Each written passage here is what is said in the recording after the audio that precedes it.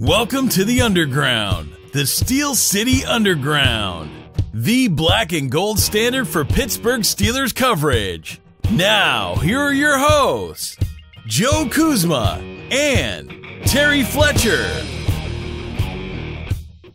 Hello, everyone, and welcome to another edition of the Steel City Underground podcast presented by Vintage Brand, Relive the Game. My name is Joe Kuzma, and I am reliving the game right now, well, in a few seconds, but it's that time of the week where I have my voice back. But first, let me introduce my cohort, my partner in crime, the Bonnie to my Clyde, Terry Fletcher here for the WTF edition of the podcast.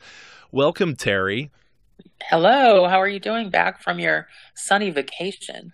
I got to actually talk about relive the game. I want to relive the weather. I'm back to being miserable now in this cold, snowy, slushy, sleety. You don't have a clue what I'm talking about, but it's the opposite of what Brian describes as why he hates coffee is the reason I dislike winter in many cases. It's not all that bad, though. I joke that winter's good because it usually forces people like the neighbors to stay inside, and then I don't have to worry about them because it can be annoying at times. But anyone who is wondering where I've been inconspicuous by my absence, several reasons. One, still recovering from strep throat. Unfortunately, I had to bail on Trey for Trey's Corner last week, and just some programming notes heading into the Thanksgiving holiday, extended holiday here, almost like 5 days for some of yous out there. We're going to try and bring everything to you hot and heavy through Black Friday. That's pretty much our cutoff date, so we could all relax and be with our family as well. Trey's already en route to seeing some family himself, and we're going to have a time difference there, but we're all going to catch up. If we don't get Trey this week, trust me, he's gung-ho. He wants to do it. It's just a matter of everybody's trying to work around their turkey schedules here. Same thing with me and you, Terry, and everyone else. So Brian got to talk a little bit, chat on his own. He had the professor on. He got to talk with Trey. He got to do his own thing. It's been the Brian E. Roach show. Well, that's all done right now. I don't care. I said, I don't care if my throat's partially on fire. I got to get out here in front of a microphone and tell everyone about Duval, as what they actually call it Duval, but we called it Jacksonville on Sunday. I'm not sure if you saw the stuff that myself and also I was down there with, we call him Banger of the Stiller gang. Stiller, that's right, I said Stiller gang, and we had a blast down there. He may have had more fun than me, just saying, from a whole different perspective. Hey, it was very tough for me to drink, even eat for that matter. I was at the GTE tailgate, and I really, the Game Day Tailgate Experience people, they were one of the sponsors, of course, of the podcast for a great duration of this season already, and a big thank you to them, their hospitality. The event was actually mind-blowing. It was bigger than I could have ever imagined. I got to speak also with the host down there, former Steelers running back, Red Zone Isaac Redman. He even wore red shoes. I mean, it was just great. The weather helped break some of the monotony as well as some adult beverages, and just the way the schedule worked down there. I had my equipment with me. You may have seen some of it was like cutting in and out. I don't know what goes on in that city there, but it was an invasion of Steelers fans, and it was a great time. I hope it translated the same on TV. I got to see bits and pieces doing some film work, rewatching the game, not in its entirety from beginning to end, but kind of condensed bits and pieces here and there. Did it look like there was a lot of Steelers fans? Did it sound like there were a lot of Steelers fans on TV? I couldn't really gauge. Oh, yeah. It looked like it was basically the southeast coast, Steelers Stadium. So it was quite something. I'm actually also recovering from strep. So we're two opposite ends of the spectrum, and we're both dealing with that. So, everybody bear with us. It's an outbreak, I guess. I'm just hoping it is. My daughter has it. She's laying in bed right now. It's like, oh my God. I'm just hoping I didn't get anyone I came into contact with sick. I'm usually careful. I'm not a germaphobe, but I'm like real careful. Wash my hands, hand sanitizer things like that. I carry it with me in the bag and everything. Everybody.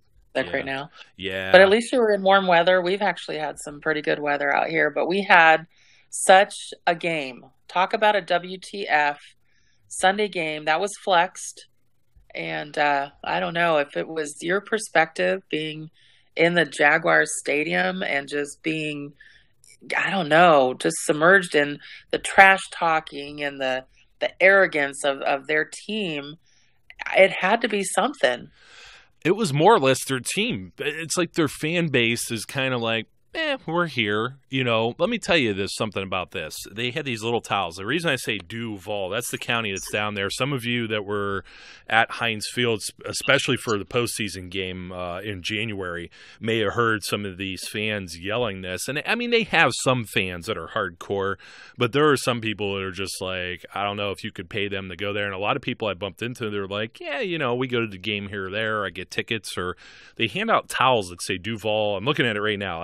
It's like teal and it has the Jaguar logo, the cat on it, and they have a sponsor on it. Of course, it's sponsored by Publix, which is their big supermarket down there for any of you snowbirds that travel back and forth too. And so they're not in any competition with the terrible towel, is what you're saying. I didn't see anybody wave this towel, and it's a nice towel. This is why I kept it. It's like this, like real, it's almost like a terry cloth. It's like, I almost wanted to say it's something you would wash your car with, like dry your car off with, the material. Oh, okay. I'm not saying I'm going to disgrace it and just do that because, there's curses and things. I guess somebody lit a terrible towel on fire, and that's what doomed the Jaguars on Sunday. But, there was so many. And then they put T-shirts on every single chair in the stadium. It's like whatever. It was almost like it was they have a minor league baseball team. They're called the Jumbo Shrimp. I thought I was at the Jumbo Shrimp Stadium with all these different. No. Like they had something new going on. They had these. You remember they put in these big scoreboards a few years ago, and that was going to be the big thing. They actually have like this almost giant like TV monitor setup scoreboard in like one of the corners that shows NFL Red Zone. So if you could actually see it from where you're sitting, because it was in the far corner from where I was sitting. So even with my 20/20 vision, I was having trouble seeing it. But it's like you could keep up with like some of the other games when the other game you're watching sucks, which it did for 3 quarters, especially if you're a Steelers fan. It was really frustrating. It gave me a lot of anxiety. And then there was it started coming around, and then there was more anxiety. And I think Zach's the one that tweeted this out. He's not the only one, though, by far. The professor, that is. I think I experienced every possible human emotion within like a 2 or 3 minute period of that game. And it was just like when James Conner had that ball slip through his fingers, you're just like, I remember. It was just the game. I mean, obviously we were watching it, obviously West Coast, and here it started at 10 o'clock in the morning.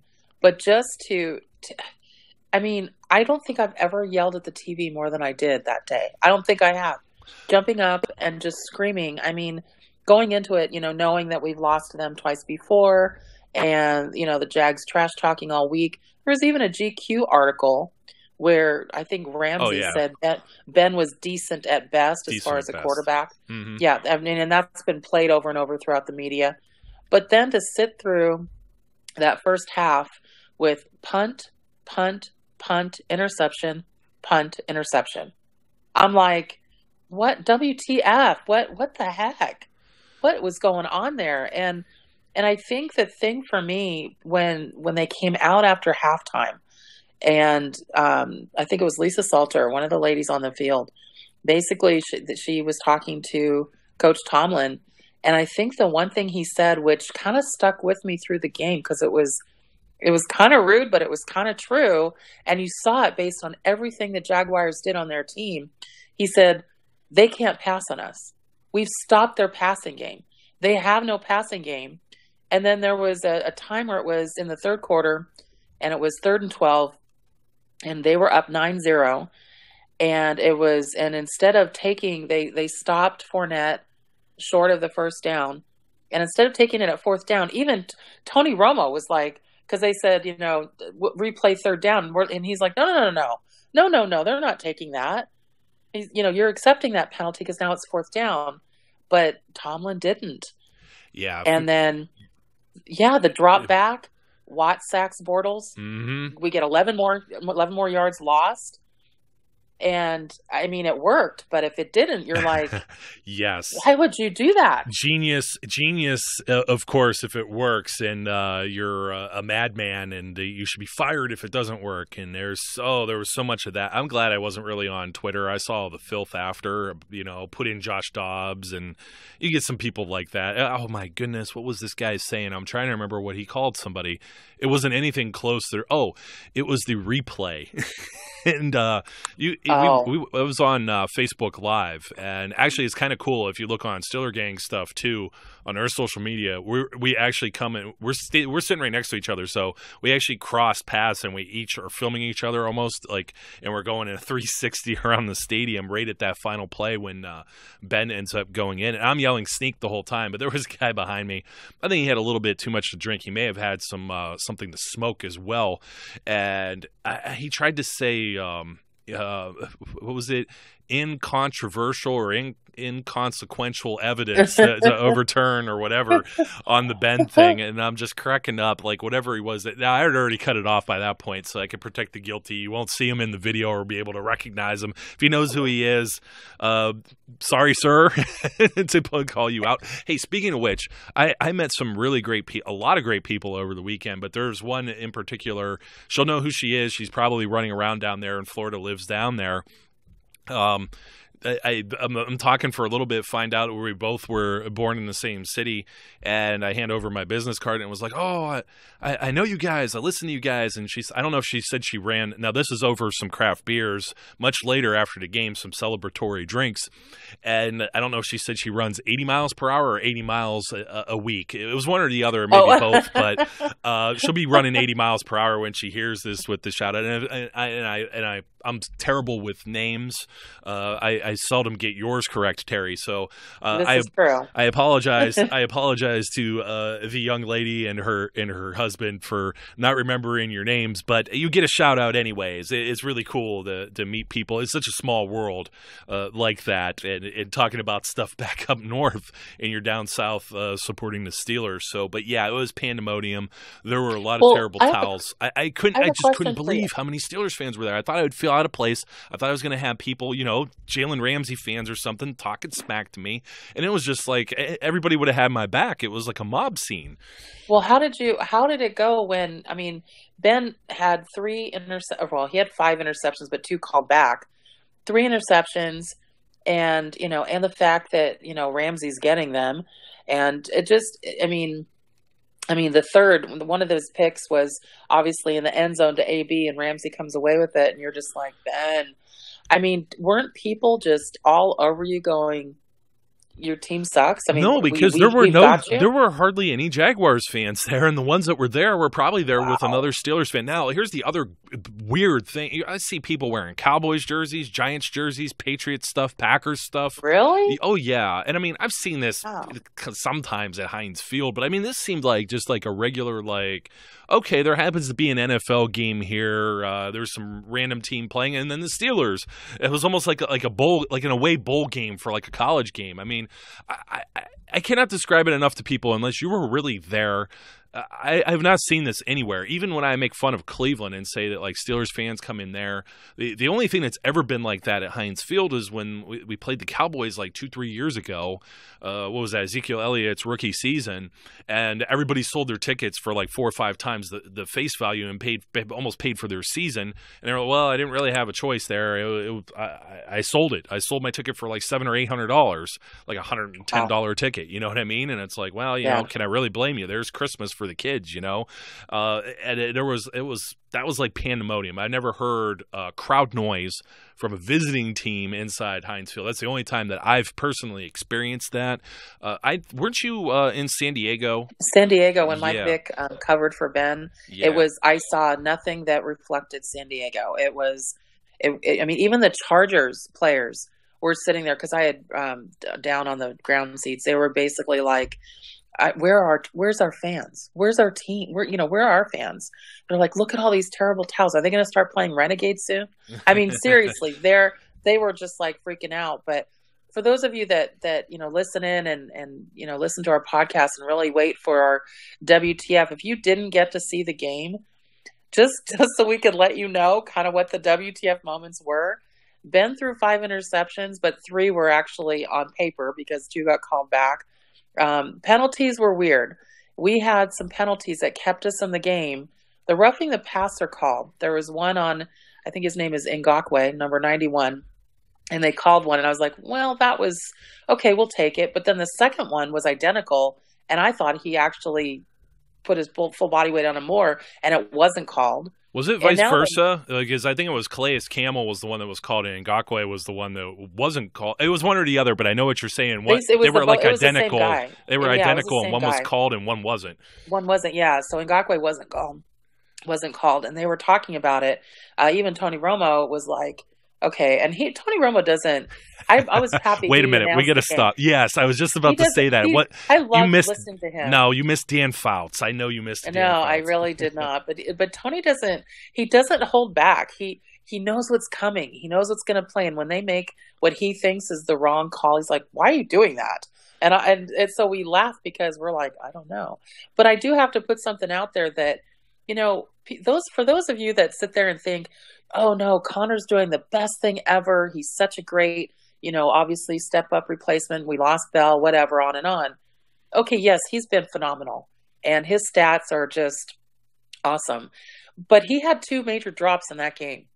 He had 2 drops, but nothing more heartbreaking than that sure touchdown in the fourth quarter with 51 seconds left, and he turned his head. I don't care how great you are. You're as great as your last play. It's all about what have you done for me lately. Oh, now come on. Ben was just on his radio show, and now Ben thanked him. Ben thanked him. I got to say he said for letting me go in and get the touchdown. I know. Well, there's another part to that too. I'll mention in a second. I want to also mention that I know what the color of the floor looks like where I was sitting because I must have been looking at it so many times in those final 2.5, 3 minutes of the game. But Ben said something to the effect on his radio show Tuesday morning. He was saying something that, he asked his son or something what he wanted for Christmas, and he still wanted a James Conner jersey or something like that. So cute. He was telling this to James Conner, saying, don't be too down on yourself. Don't be too hard on yourself. It's one play, move past it. So, we would have all been heartbroken had that been the way it ended. That's not the way it ended. And Ben took the team on his shoulders. I know Brian said it. He called him a grown-ass man. It has to be said yet once again because, this is a guy who has a lot of pride, wears it on his sleeves, throws 3 interceptions, knows he's responsible for, being in the place that they're in, turning the ball over and puts the team on his back and gets it done. And it's just like, wow. That to me shows his character as far as when they call him a future Hall of Famer. When I hear, when you were saying you're reading some feed about people like put Dobbs in, and people are so quick for that trigger, no matter how terrible Ben starts off the game, he is there to the very bitter end. I don't panic when we've got 18 seconds left. I don't sit there and think, oh shoot, I'm like, there's plenty of time. Nor does Mike Tomlin. Now, here's the thing. Here's the thing everyone was criticizing him about, including Pip Bayless. Whoever coined that is perfect. Andrew Filipponi on 93.7 The Fan, who is like a poor man's version of having hot takes. He's just, I don't know. I think he does it just to get attention or just on purpose at this point. He does. He's annoying. We all know he's not a Pittsburgh guy now. The cat's out of the bag there, Pony. Right. But anyways, he was one of the guys that was criticizing the time management of Mike Tomlin. Mike Tomlin has that timeout in his back pocket that he didn't use. Now, do you remember some games? We've done a lot of these WTFs. We talked about Connor. We talked about Ben throwing picks. We talked about Ben running the football. Is he like one of these guys like Baker Mayfield or Lamar Jackson? Well, not as much anymore. He's like 37 years old. But he runs in for that touchdown. Imagine if he was short. Now, let's say they call it. Now, what happens? There's how many? You remember how much time was left on the clock? I believe 8 seconds. I believe 8 seconds. And then it was 5 when Bortles gets the ball to snap it at the line of scrimmage. 8 seconds. I know this was the Lions, I believe, last year when they called it a touchdown in the field and it wasn't a touchdown. You remember what happens there? 10-second runoff. They lost the game. They don't get another chance. But Mike Tomlin has that timeout. The Lions did not have a timeout that they could use in lieu of a 10-second runoff. You could choose, and if you don't have one, it's got to be the other.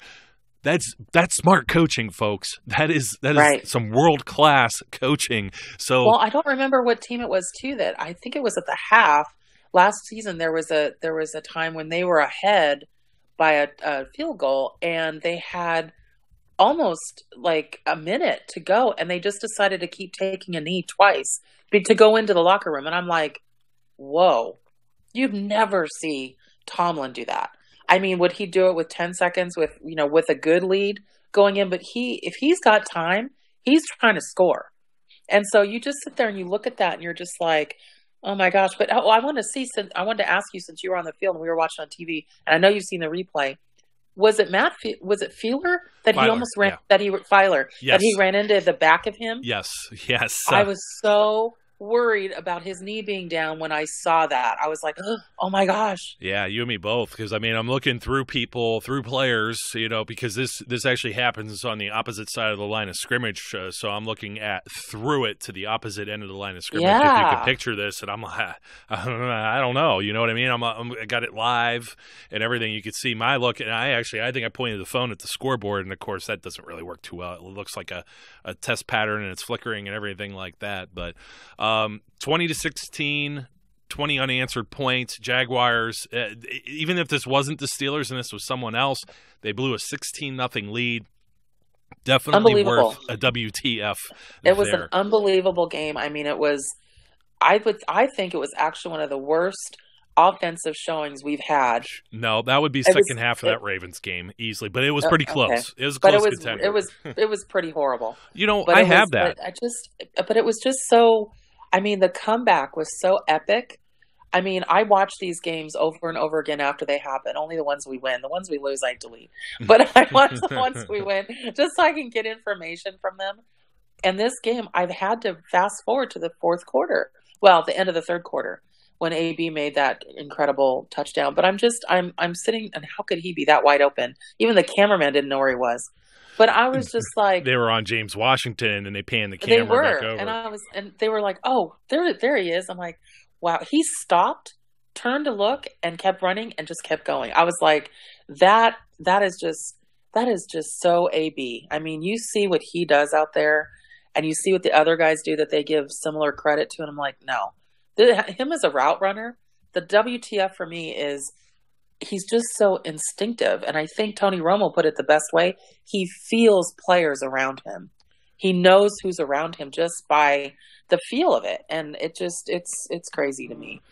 Yeah. But I just, that game, that whole game to me was the WTF, but just a small cousin of ours on the WTF moment the next day, Landry Jones got released. That was a big come on, don't mention it. He was a spy. He was a spy. They couldn't look at him.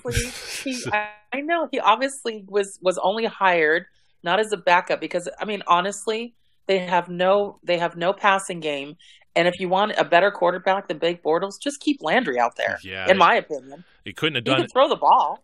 Well, yeah, he can. It isn't like he isn't accurate. His problem has been in the past holding on to the ball for too long and maybe not making the initial read across the middle. Peripheral vision. Yeah, right. Yeah, exactly. Yeah. So before but they released him, that was rude. Well, before we're reliving this game just like Vintage Brand, and I'm going to come back and I got one more thing to say about that. But Vintage Brand presents the Steel City Underground podcast, and they are sports apparel and gift brand celebrating the rich history of American sporting culture, and they're honored to offer fans the world's largest collection of vintage sports apparel from all leagues, teams, and historic players that you love. The products in their collection are unique and created from 10,000 historic game tickets, retro programs, and other classic sports images. You may have actually seen this on Brian's video podcast for those of you who are listening or viewing. I'm doing that in air quotes on YouTube. He had it up in the man cave. I've had it out on our Instagram, just one of the canvas prints of a ticket. And they do other stuff, coffee mugs, T-shirts, all kinds of really cool stuff. And if you're really interested in this type of stuff, folks, you can want to check out Vintage Brand for Black Friday and Cyber Monday sales, November 23rd through the 25th. They have a few different ones going on, anywhere from 20 to 30% off. So check those out. We're also going to have a contest coming up here on social media during the Thanksgiving and Black Friday holiday here, where one lucky winner is going to get to choose one item, any item that they want, off of the Vintage Brand website. So that's going to be very cool. So be sure to check us out if you're not following us on all of these various Facebook and Twitter accounts and everything else that we have. Check it out in the show notes wherever you're listening. We have all the links there for how you can catch up with us. So the other thing, I don't know if I got to share this with you, Terry. I was actually in the Steelers team hotel on Saturday, and I had some really cool WTF stuff there, because it was just like, anybody who's anybody is pretty much walking by, with the exception of Big Ben, AB. Those guys would get mobbed. Mike Tomlin, some of the coaches and stuff like that. But I had some access, like on the meeting room floors, and it was funny. I don't want to mention some names, but there was one particular player that comes up.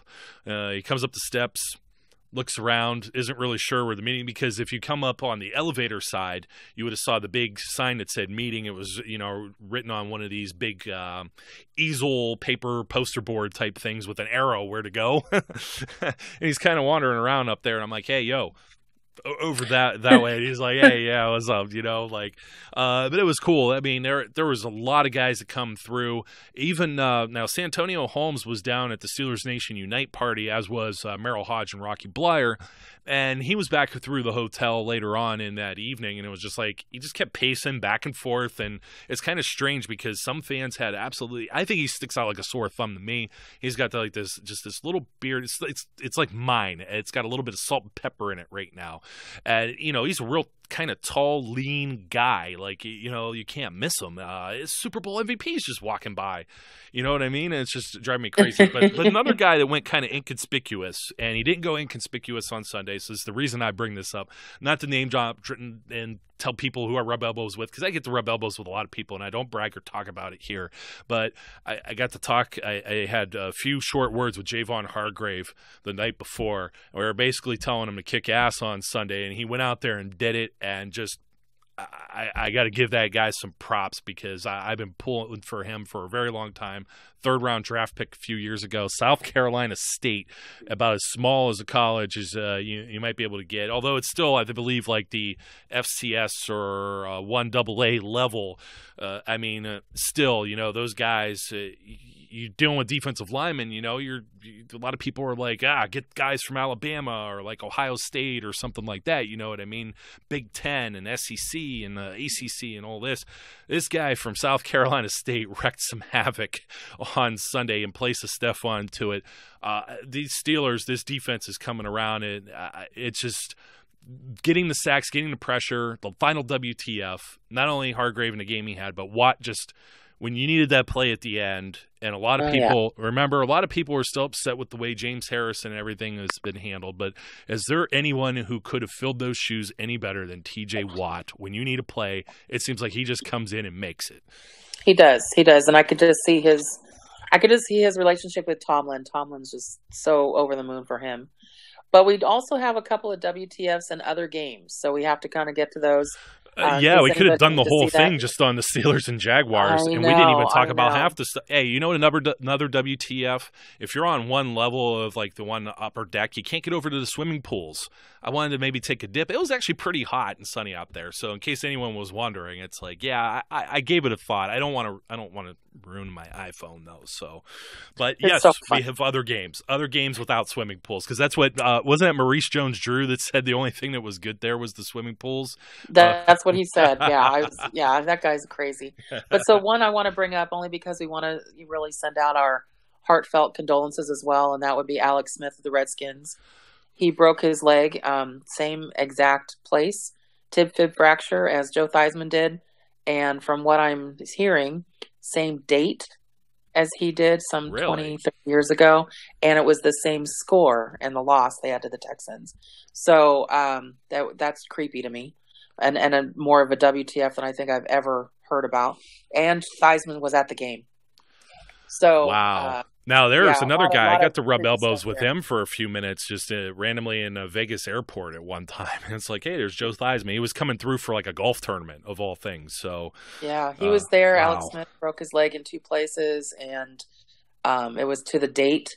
I can't remember if they said it was 20 or 25 years, but also the same 23-21 score. It was, the whole thing was just paralleled. It was a WTF very sad moment, and I feel really bad for Alex Smith. And his season's over, but hopefully not his career.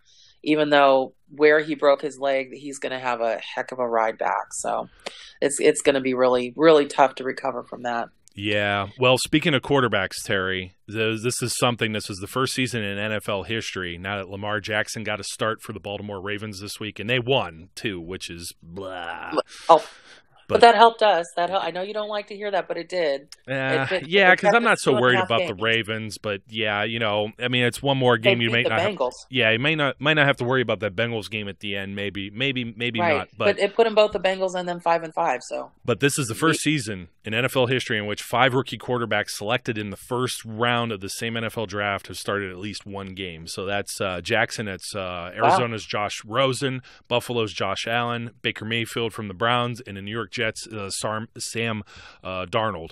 So, yeah, it's crazy. You got all these young bucks running around on the field out there. Yeah. I had a WTF this morning that was funny. Is that just in keeping with Alex Smith? And this isn't funny, haha. This is funny, seriously. So now they're starting Colt McCoy in Washington, but his backup is Mark Sanchez. I'm sorry, I can't even say it with a straight face. Yeah, he was a backup to the backup in Philly. I don't know where he's been. Well, he hasn't played football for a year. He's been out of football an entire year. Well, yeah. And then, of course, the media has to say, and Colin Kaepernick was not going to be playing there. I'm like, okay, can we just move on now? Well, he has a lawsuit against the league. How can you work for somebody who you have a lawsuit against? I don't know. Exactly. I don't know how that works. I don't care how that works. It's that's a whole other thing. We'll get out of there. Yeah. But I mean, you should have seen the list of people that they had coming in to back him up, and I was like, you couldn't even find Tim Tebow. I mean, seriously, if you're going to put in Mark Sanchez, Tim has a throw book in out. Timmy. Yeah, Tim has a book out. He was just on CNN in the morning when I was flying out. So, hey, we're going to stay on quarterbacks. Your guy, Eli Manning. He's my guy. Oh, my God. I love giving you all the people do you not know me at all? I do know you a lot. That's why I mentioned Tim Tebow and immediately jumped to Eli Manning. So, any fuzzy thoughts you had, just the butterflies floated away. They kind of wilted. Exactly. But he completed 17 of 18 passes, 94.4%. 231 yards, 2 touchdowns, 0 interceptions, 155.8 passer rating. See, that's a WTF in itself, because right now, if there's anybody, it's really weird, Joe, because he is absolutely a quarterback in decline. He hasn't done anything. He hasn't been to the playoffs since they won that Super Bowl. But my thing is with him, he's only not started one game, and he's always healthy, but he's terrible. Well, so it's and he just did something. This is that number that he had. Hold on, I just had it here. It was Ty's Fran Tarkenton back on November 13th, 1977. Craig Morton, 94.4 for the third highest in a single game in NFL history with a minimum of 15 attempts. Now, here's the WTF. This brings in Alex Smith is one of those 2 guys that have done, or 3 guys that have done it. 94.7, so 0.3 higher, and tied with Alex Smith. Alex Smith did this in 2012. Ryan Tannehill did this back in 2015. Those are the only 2 guys that have recorded higher completion percentages in a single game. It's just, wow. That is just speaking of which, who they say is playing again, who's coming back, I think, next week. Yeah, so he ties Fran Tarkenton and Craig Morton, so there's a 3-way tie for only the third highest completion percentage, minimum 15 attempts. That's just absolutely wild. And then while you're still at it, Andrew Luck's thrown at least 3 touchdown passes in 7 consecutive games, third longest streak in a single season in NFL history, and only Tom Brady and Peyton Manning have longer streaks. And while we're on the streak of 7, the Houston Texans have won 7 in a row after going 0-3, and you know what? I have that somewhere, and I'll come back to it because there's some only thing in history ever that has ever happened there. And if you want to, here we go. First team since 1970 to win.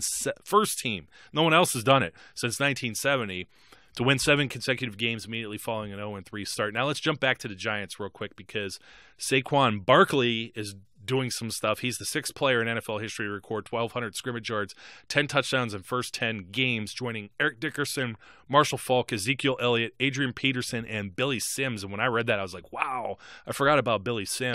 You know what's weird, though? I haven't heard much about Saquon Barkley, only because the team is so bad. Oh, they won their third game. They just won their third game. They're 3-7. Yeah, and so beat you never get to 3-7 Tampa. Now 3-7 Tampa Bay Buccaneers. They're bad. But Saquon is doing good, at least individually. Yeah, no, that's good for him. I think one of my biggest WTFs past our game on Sunday, which I'm still can't believe we won that game. I still can't believe we won that game. But looking at Monday Night Football, what the football was that? I mean, I understand there was a couple of defensive takeaways, but 54-51 LA. This is a game that was supposed to be played in Mexico, and they had to move it back. And it was like, because the field conditions were terrible, but I guess Goodell came out and said, "Oh, we will be playing in Mexico next year." Okay. You might want to figure that out. Yeah, that's kind of like the soothing the wound type thing. Do you believe in a heartbeat that in a New York minute that for 1 second that they wanted that game to be played in Mexico City? No, not for 1 minute. I don't at all. I don't think they. No. You got like the Houston Texans who have like these trays of turf sitting outside their stadium to throw inside of a dome, and it goes together like I don't know, like cookie sheets or something like that. I saw an article on it before, and all these state-of-the-art stadiums, and you're in Mexico City, one of the largest cities in the world, with the NFL, one of the largest entities in the entire world, and these two top teams for Monday Night Football. No, they wanted that game in L.A. I wouldn't believe that. Of course they did. They wanted a Hollywood game. That had nothing to do with the field. That had everything to do with Hollywood and L.A. and selling tickets out here. And yeah, no, I'm 100% with you. That was a total WTF, and they got what they paid for. I mean, they got the win. They took out the Chiefs, and the offensive scoring. I mean, okay, so I won my fantasy league. Oh, here we go. Both of them. No. You have to hear this. This is a WTF as well, people, because the person I played had Todd Gurley, and I'm dealing with Adrian Peterson, and I had my other running back is on a bye. So I'm like, okay, and I'm like fighting for second place right now in a 14 game league. So I'm like, there's no way. Well, I knew I would lost because I was only ahead by 3 points, and all of a sudden they started using Gurley. They didn't use him the whole game. All they're doing is passing. Well, guess who I had as my defensive player? Marcus Peters. And at the very end, the very last play, he just happened to be there. Yeah. He happens to be there for the interception, and I win by 1.5 points. Well, nobody likes that. I hope there's a score adjustment or something. I'm in second place now. When I woke up, I was like, there's a WTF for you. No, the real WTF out of California isn't even that Monday night game. It's that the Raiders won a game. The Raiders won a game, and they won it against the very sad Arizona Cardinals. It was against let's face it, that Chiefs and that LA game. I have lots of friends who are Chiefs fans, and I used to be when Joe Montana was playing for Kansas City. And so then I slowly came over to the Pittsburgh side when I married my husband 20 years ago. But it was been interesting because I'm looking at it's all about just passing the ball. I mean, as cool as that is to see on TV, I like to see defense. I personally like my defense not to let the other team score. So it's weird to see that, because then you come off the Steeler defensive. I mean, I thought our defense did a great job. Oh, absolutely. As long as they were on the field. I mean, they were on the fields a lot. They were. I think the first half, didn't the other team have the ball like 20 minutes? Well, I can pull this up real quick. I was going to tell you the possession. I was going to tell you the possession for the Steelers offense this is the first half. 3 plays, 4 plays, 3 plays, 1 play. 6 plays, 1 play, and 7 plays. I mean, there's literally 2 instances there where these guys didn't even get their helmet on the bench and had to come right back out. I mean, it was crazy. I mean, the fact that our defense kept not only did Jacksonville's lack of passing game keep us in the game, and some really bizarre calls. But our defense, they did their job. And people are like, yeah, but 16 points scored. No, no, no. They did their job. They absolutely held them to field goals. They did their job. And I looked at the Monday Night Football game, and it was like a ping pong game. I mean, the media's like, oh, this is so electrifying. I'm like, this is a WTF BS football. This is stupid. It was stupid football to me. I think it's fun when the Steelers put up 50 burgers, but I think when you've got two teams that just keep throwing the ball, nobody was running the ball either. It was just like, I don't know. It just seemed like high school. And then, the whole hype was, oh no, this is the Super Bowl preview. No, it isn't. Both quarterbacks fumbled and they took them in for scores. No, it wasn't. Yeah, that was kind of lame. I wasn't, and I'm sorry. It's not sorry. I really don't think the Rams. I was actually speaking in Jacksonville to a Rams fan of all things too. I ran into a Rams fan, and he was asking me prior to the Monday night game what I thought. I said it's going to be a high scoring game because neither defense could stop anybody. Right. I mean, there's Aaron Donald, who's the best at what he does in the game. He's going to be a future Hall of Famer if he keeps. Well, did you see him at the end? He goes, yeah, we need to be better than that. Yeah, but their secondary is just... Yeah. Their secondary I got tired really of the bad. media saying stuff like, what did the media say?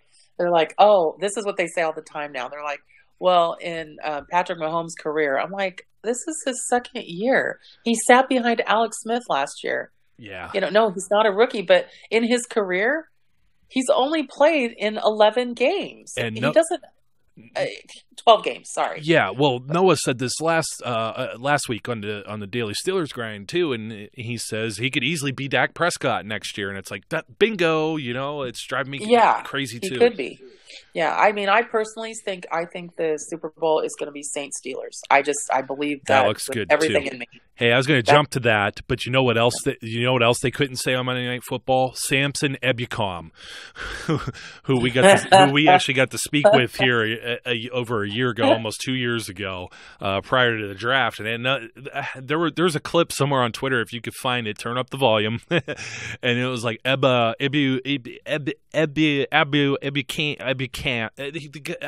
even know. They couldn't even say it. It was bad. Yes, the Saints on the Eagles. That is the worst loss ever, lopsided loss by a defending Super Bowl champion, 48-7. That was the Eagles literally could not do anything. You know what the Eagles looked like? That looked like when the Steelers went and played the Eagles on the road a few seasons ago. They just could not do anything. It was just miserable. That wasn't really much of a football game. There's a few others we could probably cover, but I think we're up against it. I mean, does anyone really care about the Detroit Lions or winning the game? But Joe, does it drive you crazy whenever you see like Ben's touchdown catch and or touchdown run in, I should say, and all these things? I have these deja vu moments of Jesse's caught it Patriots game, because I'm still not over it, because the ground doesn't anymore cause the fumble, and all I keep thinking about is that we should have won that game. And so I'm going into this next Patriots game that we'll have at home thinking we're going to beat them. They are not looking great. Oh yeah, and they're not looking great. Before we sign off, I have a personal WTF, maybe a series, and forgive me, folks, if I'm a broken record here and I told this story. I may have told this story last week with Noah, but I had a friend a friend of my wife's who's a rabid New England Patriots fan, and she claims she became a Patriots fan because she's into history, and she is a political science major and has like these also history degrees, double majors and stuff like that, but I call bull on the rest of it. Anyways, yeah, I like history. I just also happen to like a team that wins a lot. Yeah, okay. So I'm talking to her. We were watching the previous Monday Night Football game, and I said, look, we got into the Jesse Coddett thing again. I'm like, I'm going to tweet this. I'm going to tweet it, and people are going to retweet it. This is a random Monday in November, and I'm going to say Jesse caught it, and all Steeler Nation has my back. And I forget how many people, like 70 people retweeted. I know it's not huge numbers, but for just some random, like 11 o'clock at night on a Monday night when people are going to bed for work and stuff like that, like 200-some likes or something like that. Now, where does that come into play again? It was in the back of my mind. I get on an elevator, and we're going down in the hotel elevator. This was when I was exiting the night, Sunday night, to go out and get dinner. And walk out. I forget which floor I get out on, and the Patriots guy is still on the elevator, and as it goes to close, he says something like, "Go Patriots," or, he says something that's pretty ignorant. "Tomlin sucks," or something like that. And I turned around, and I was like, Jesse caught it. And it just... Oh, that is awesome. And you could hear the other people laughing as the doors kind of shut, and I got my last word in. So they changed the catch rule because the NFL even knew it was wrong. Eat it. Exactly. I hate it. I love you, though, Terry. Thanks exactly. for doing it. You got some closing thoughts? You got some closing thoughts for me? I'm just excited to be going into to Denver. So hopefully everybody don't eat too much turkey. My Thanksgiving is lasagna this year. So we'll be drinking some wine, having some lasagna, and watching some football. So everyone make it a great holiday for you, and we'll see you Sunday. Yes, absolutely. Be safe. One of the biggest drinking days of the year is upon us. So, folks, don't forget. It only costs a couple bucks to go Uber or Lyft or anything like that. I joke around about meeting people, even the folks, great folks that I met in several of the craft breweries down in Jacksonville. That's what I did. I was not driving a car or anything like that, even though I probably would have been okay. Not with the strep throat, though. I definitely wasn't okay with that. I was a little bit in a fog, but be safe out there. Be safe, be sensible, and we will catch you later. We would like to thank you for listening and remind our listeners to follow us on social media and our website, www.steelcityunderground.com.